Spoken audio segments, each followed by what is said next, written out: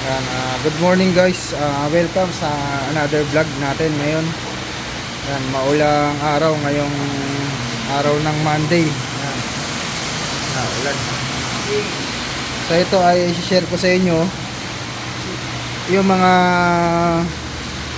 fuse ng Nissan Almera. Ngayon kasi naggagawa kami ng aircon cleaning. So since open na siya, i-share ko sa inyo yung mga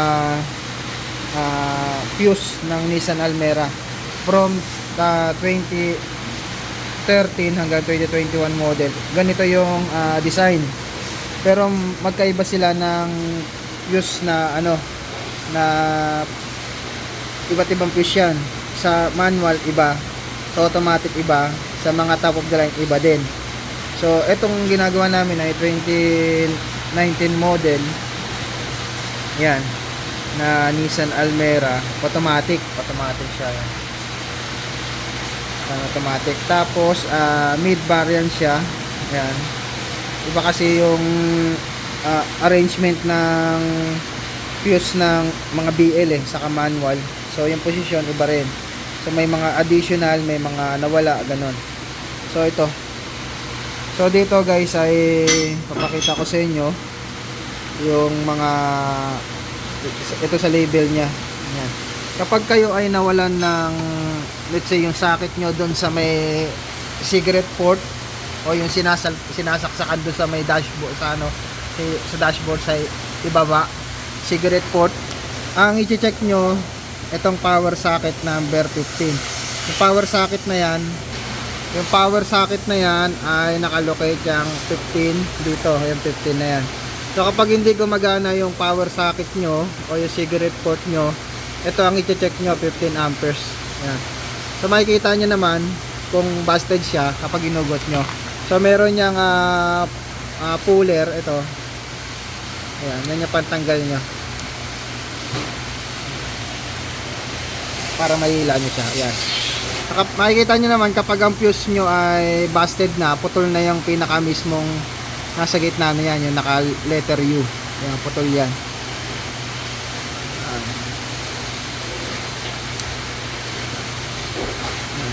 Ito yung sa power socket sa sa cigarette port.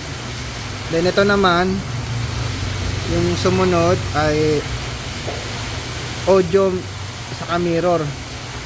So kapag itong number 10 na to na fuse ay pumutok o na na busted, ibig sabihin hindi gagana yung salamin nyo, yung side mirror nyo, yung pinaka angat at baba nito, taas, gilid. Yan yung operation nun. And then hindi rin gagana yung audio nyo, yung radyo. Yan, kapag pumutok yung 10 amperes na fuse. Then next natin is yung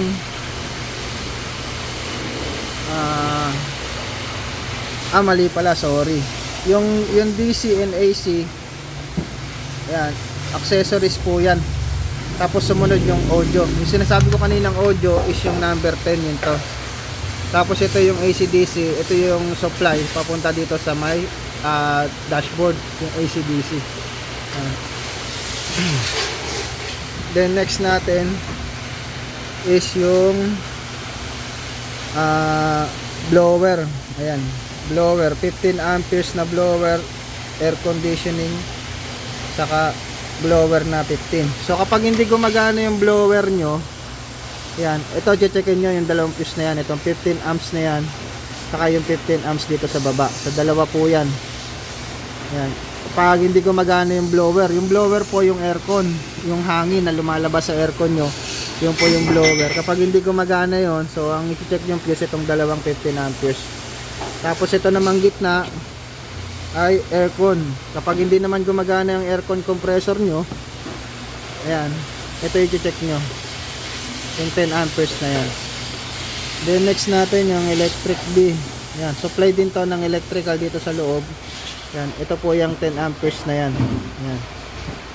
Kapag may mga supply kayo ng electrical na hindi gumagana, so possible ito yung 10 amperes.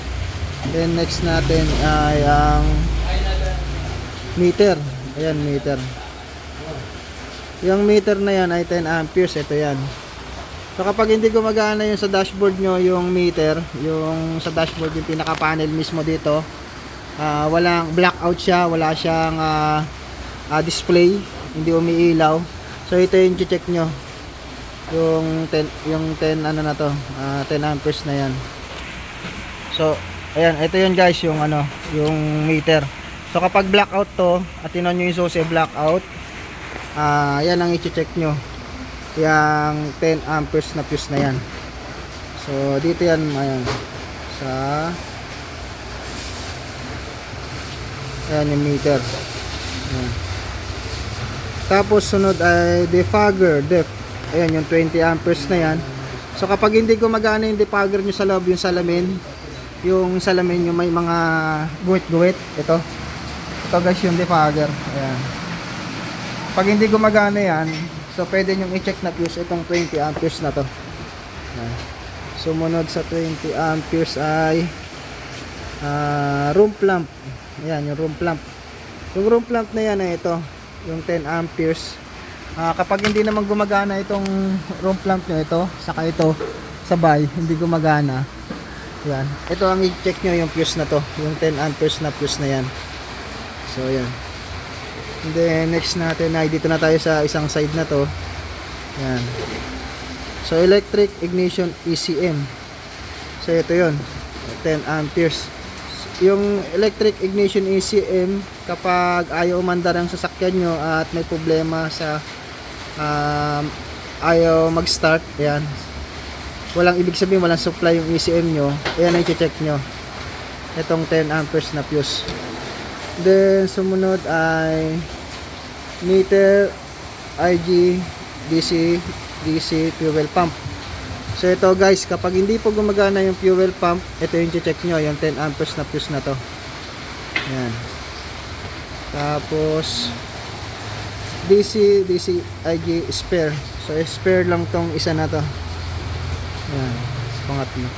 Tapos itong pang-apat ay electric ignition. Yan. Sa ignition pa rin to, related pa rin sa ignition. Ignition switch. Yan, dito sa may switch niya. Yan. Kasi yan sa checkin nyo kapag hindi gumagana yung walang supply ng ignition yung inyong system dito sa loob, electrical component ignition. Then next natin is washer motor. So kapag yung washer motor nyo, yung nag-i-spray ng tubig dun sa windshield nyo sa harap, yan, kapag hindi gumagana yon at gusto nyo i-check yung fuse, ito yung fuse ng washer motor, itong 10 amperes na yan. So guys, ito. Then lastly, itong pinakababa is yung airbag. Ito yung airbag. Ayan, airbag.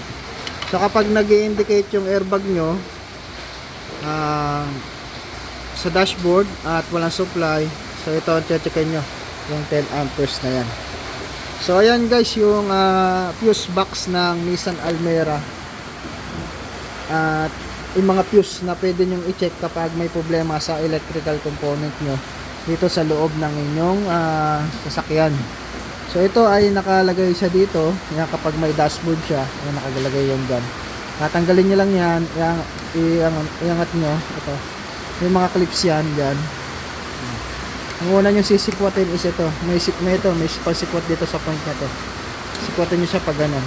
Then ma-access nyo na yung fuse box, fuse na to, mga fuse. Ayan. So yun lang guys, sana may natutunan kayo sa video na to at makakatulong to kapag may problema kayo sa electrical ninyo. So maraming salamat. Sana supportan nyo po ako sa aking mga vlog, mga video na nilalabas. So maraming salamat guys, ingat lagi.